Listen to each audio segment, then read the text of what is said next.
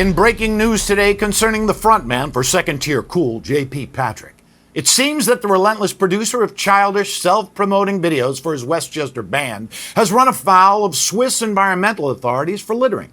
In a grossly inappropriate attempt to lure an audience to this Saturday's performance at Mohansic Grill and Lounge in Yorktown, the singer carelessly tossed reams of printed paper across the bucolic mountainside while strapped to a popular sled ride. Brief investigation revealed the musician's basement as the actual location for his misguided mischief. Subsequently, charges against him were reduced to inflicting infantile humor and bad taste upon unsuspecting viewers. In a related development, reservations for the 8 p.m. show spiked after JP promised financial rewards for attendees. I find the authenticity of those rewards rather suspect. Is that it? Oh my God, how do you guys wear hair all day? This thing is like so crazy. It's itchy.